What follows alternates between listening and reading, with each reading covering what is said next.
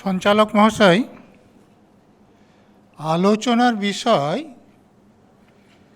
ভোটের মুখে ইডির গ্রেপ্তারের প্রভাব আর মোথাবাড়ি, হুঁশিয়ারি, ভুরি ভুরি ভাতার প্রতিশ্রুতির হিসাব। এই ইডির যে গ্রেপ্তারি সেটা আপনারা জানেন যে 2020 সালের 27 নভেম্বর আসানসোল কয়লাখনি অঞ্চলের কিছু কয়লা পাচারকারী, ইসিএলের পদাধিকারী, রাজনৈতিক নেতা এবং পুলিশ অফিসারের বিরুদ্ধে সিবিআই একটা এফআইআর করে এবং ইডির আইন অনুসারে এই প্রেডিকেট অফেন্সের পরিপ্রেক্ষিতে ইডি একটা ইসিআইআর ইস্যু করে তদন্ত শুরু করে। তাতে ব্যানার্জি পরিবারের একাধিক সদস্য এবং একাধিক নেতা মন্ত্রীকে জিজ্ঞাসাবাদ করা হয়, কিন্তু সবথেকে গুরুত্বপূর্ণ যে জিনিসটা উঠে আসে সেটা হলো যে অনুপ মাঝি ইডির কাছে স্বীকার করে যে অভিষেক ব্যানার্জির আদেশে আইপ্যাকের কাছে কয়লা পাচারের টাকা হাওলার মাধ্যমে পাঠিয়েছে। আপনারা জানেন যে ইডি অফিসারদের কাছে যে স্বীকারোক্তি সেটা আদালতে গ্রাহ্য, পুলিশ অফিসারদের কাছে যে স্বীকারোক্তি সেটা আদালতে গ্রাহ্য নয়।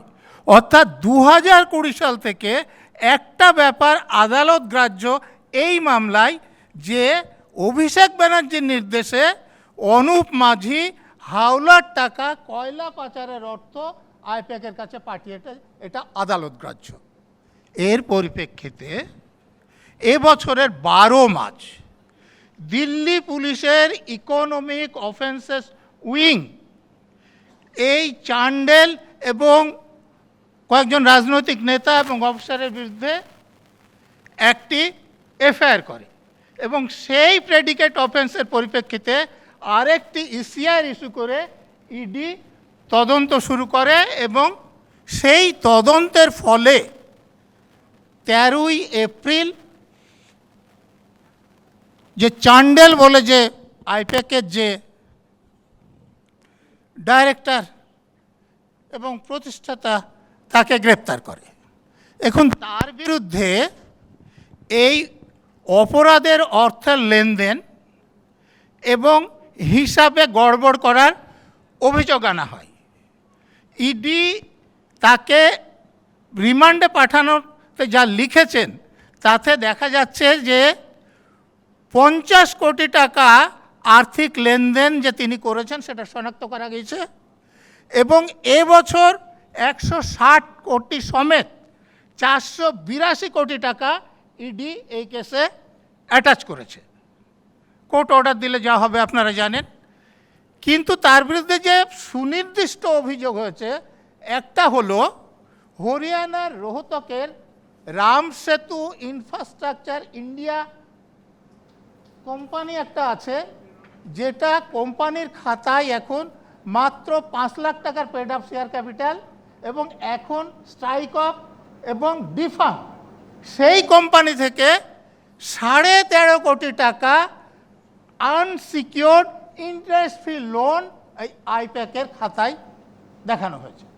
আচ্ছা বলুন তো, যে কোম্পানিটা বন্ধ হয়ে গেছে তার আনসিকিউরড ইন্টারেস্ট ফ্রি 13.5 কোটি টাকা আইপ্যাককে কেন দেবে? অর্থাৎ এটা পুরোপুরি বোঝা যাচ্ছে যে ভুয়ো লেনদেন। তারপরে আর একটা যেটা তার অফিস থেকে যে নোট পাওয়া গিয়েছে, সেই নোটে দেখা যাচ্ছে যে তারা যে ফিজটা নিয়েছেন সেটা লিখিতভাবে পাওয়া গিয়েছে যে 50% টেকেন ইন চেক। তাহলে বাকি 50% আমি ধরে নিলাম যে তার বাইরে কিছু লেনদেন হয়নি। এই বাকি 50% হিসাব বহির্ভূত টাকা এই রাজ্যের শাসক দলের নেতা নেত্রীদের ভোটের জন্য খরচ হয়েছে, এদেরকে প্রমোট করার জন্য খরচ হয়েছে, এই যে জহরবাবু যেটা বললেন সেই সবের জন্য খরচ হয়েছে, যার জন্যে রাজ্যের শাসক দলের নেতারা এবং এই আইপ্যাকের কারবারিরা সমানভাবে দোষী। এবং এই জন্যেই এবছর 8 জানুয়ারি যখন কলকাতায় প্রতীক জৈনের বাড়ি এবং অফিসে রেড হচ্ছিল, তখন আমাদের রাজ্যের মাননীয় মুখ্যমন্ত্রী তথা পুলিশ মন্ত্রী, chief secretary, DG, CP, DC আরও অনেক অফিসারদের নিয়ে সেখানে হাজির হন এবং জোর করে সেই সবুজ ফাইল, অন্যান্য গ্যাজেট, অন্যান্য ফাইল নিয়ে চলে আসেন। এই যে নিজেদের বাঁচানোর জন্যে তিনি যে অপরাধটা করেন, তাতে কিন্তু প্রমাণ লোপাটের ধারা আসবে, পাবলিক সার্ভেন্টদের কাজে বাধার ধারা আসবে, সঙ্গে সঙ্গে ডাকাতির ধারা আসবে, যার সাজা যাবজ্জীবন জেল।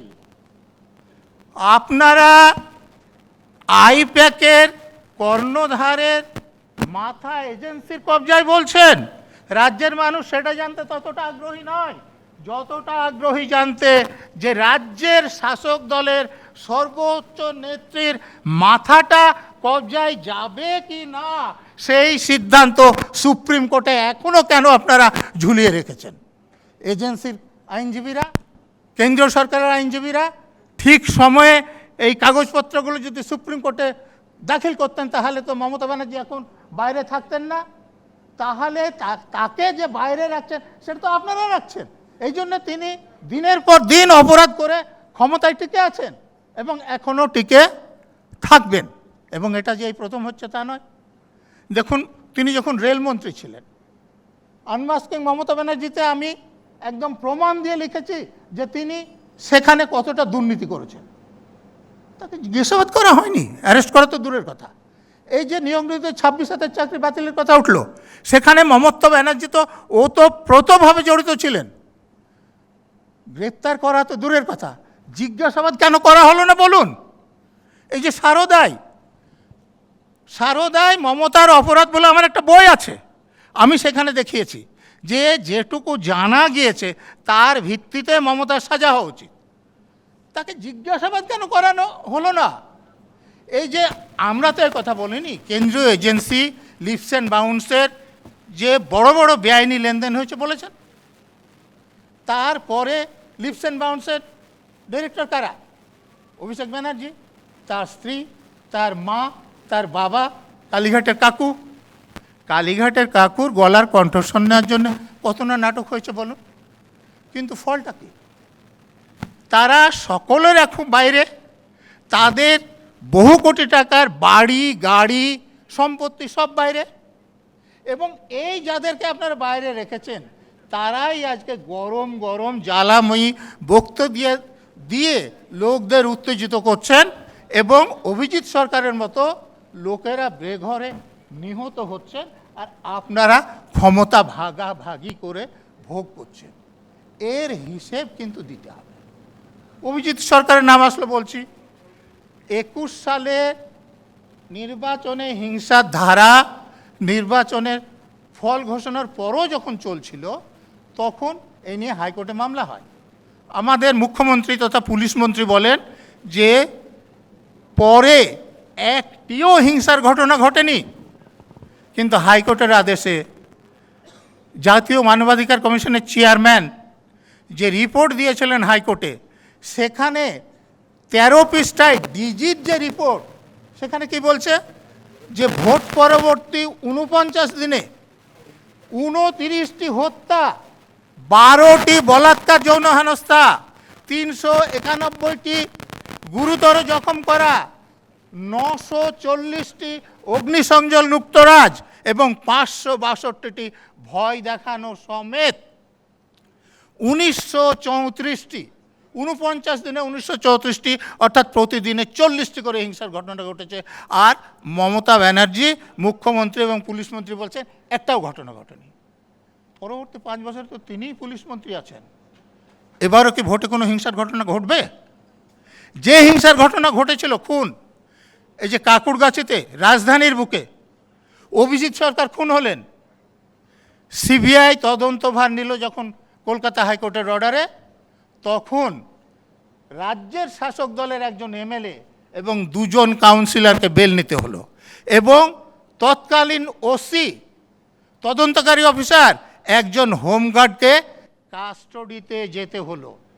5 বছর চলে গেছে, তাদের বিচার হয়েছে? পরবর্তী 5 বছরে তাদের বিচার হবে? তাহলে ভোটে আপনার শান্তি থাকবে? কিভাবে থাকা সম্ভব? আপনারা এখানে মোথাবাড়ির কথা, হুঁশিয়ারির কথা, ভুরি ভুরি প্রতিশ্রুতির কথা আলোচনায় রেখেছেন। রাজ্যের শাসক দলের গুন্ডাদের বিরুদ্ধে কেন্দ্রের শাসক দলের নেতারা এবং নির্বাচন কমিশনের অফিসাররা সকলেই হুঁশিয়ারি দিচ্ছে, এবং নির্বাচন কমিশনের অফিসাররা অবাধ এবং সুষ্ঠু ভোটেরও প্রতিশ্রুতি দিচ্ছেন। আপনাদের ইচ্ছা সম্পর্কে আমি কোনো সন্দেহ প্রকাশ করছি না, কিন্তু আমি শুধু একটা প্রশ্ন করছি, আপনাদের কি এই অবাধ এবং সুষ্ঠু নির্বাচন করার মতো ক্ষমতা আছে? তো জওহরবাবু ছিলেন সিইও, এখন যে সিইও অফিস আছে সেখানে আপনি যদি অ্যাডিশনাল সিইও, জয়েন্ট, ডেপুটি ধরেন তাহলে 12 জন লোক, যদি সিস্টেম ইঞ্জিনিয়ারকে ধরে 13 জন লোক। তো এই 13 জন লোক যদি আপনাদের ঐকান্তিক চেষ্টাও থাকে, তাহলে এই 294টা আসনের 94,497টি বুথে রাজ্যের শাসক দলের গুন্ডা বদমাশদের যে পেশি শক্তি আছে সেটাকে ভাঙার ক্ষমতা আপনারা রাখেন? আপনার অধীনে যে ডিও আছে, যে আরএ, যে presiding officer, polling officer, police officer, তারা আপনাদের কথা শোনেন? যদি শোনেন তাহলে এসআইআর আপনি করতে পারলেন না কেন? এসআইআরের সময় তারা রিগিং করেছেন, এবং ভোটের সময় এই গুন্ডা বদমাশরা রিগিং করবেন, আটকানোর ক্ষমতা নির্বাচন কমিশনের কাছে নেই। আটকাতে হলে যে দীর্ঘমেয়াদী পরিকল্পনার দরকার ছিল সেটা আপনারা করেননি। কেন্দ্রীয় বাহিনীর কথা বলা হচ্ছে, আরে কেন্দ্রীয় বাহিনী যাদের অধীনে থাকবে তারা ব্যবহার করলে কাজে লাগবে, আর যদি ব্যবহার না করে তাহলে অপরাধ দর্শন করবে। আমি আর একটা কথা বলে শেষ করব। দেখুন, আমাদের দেশের সংবিধানে, জনপ্রতিনিধিত্ব আইনে বা কোনো আইনে আমাদের দেশের সুপ্রিম কোর্ট বা নির্বাচন কমিশন বা কোনো অফিসারকে এমন ক্ষমতা দেয়নি যে একজন বৈধ ভোটারকে ভোটে দাঁড়ানো এবং ভোট দানের অধিকার থেকে বঞ্চিত করা। কিন্তু আমাদের এই নির্বাচন কমিশনের কিছু অফিসারের অপদার্থতায়, আমাদের রাজ্যের শাসক দলের নেতাদের ষড়যন্ত্র এবং অসতয়, মুস্তারি বানুকেশে মমতা ব্যানার্জির যোগ দিয়ে সুপ্রিম কোর্টে যাওয়ায় সুপ্রিম কোর্টের রায়ের ফলে যেটা হয়েছে, দেখুন, অ্যাডজুডিকেশনের পর যাদের নাম বাদ দিয়েছে ট্রাইব্যুনাল থেকে, তাদের কয়েকজনের নাম তো আবার এসে তালিকায় যোগ হয়েছে, এবং সুপ্রিম কোর্ট রায় দিয়েছে যে 21 তারিখ পর্যন্ত যে নাম আসবে তারা ভোট দিতে পারবেন, কিন্তু তারা ভোটে প্রার্থী হতে পারবেন না, সেটা স্বীকৃত হয়ে গিয়েছে। আর 27 তারিখ পর্যন্ত যাদের নাম আসবে তারা ভোট দিতে পারবেন, কিন্তু প্রার্থী হতে পারবেন না। কিন্তু এই 2 তারিখের পর যাদের নাম আসবে তারা প্রার্থী তো হতে পারবেন না, ভোটও দিতে পারবেন না। তাহলে এই সুপ্রিম কোর্টের রায়ের ঢালের নিচে নির্বাচন কমিশন এমন একটা কাজ করলেন যে বৈধ ভোটারের ভোটদানের অধিকার এবং ভোটে দাঁড়ানোর অধিকার আপনি কেড়ে নিলেন। এটা কিন্তু ইতিহাস ক্ষমা করবে না, ইতিহাসের কাছে আপনাদেরকে কৈফিয়ত দিতে হবে। এটা হওয়া কোনো মতে উচিত ছিল না। নমস্কার। এবিপি আনন্দ, এগিয়ে থাকে, এগিয়ে রাখে।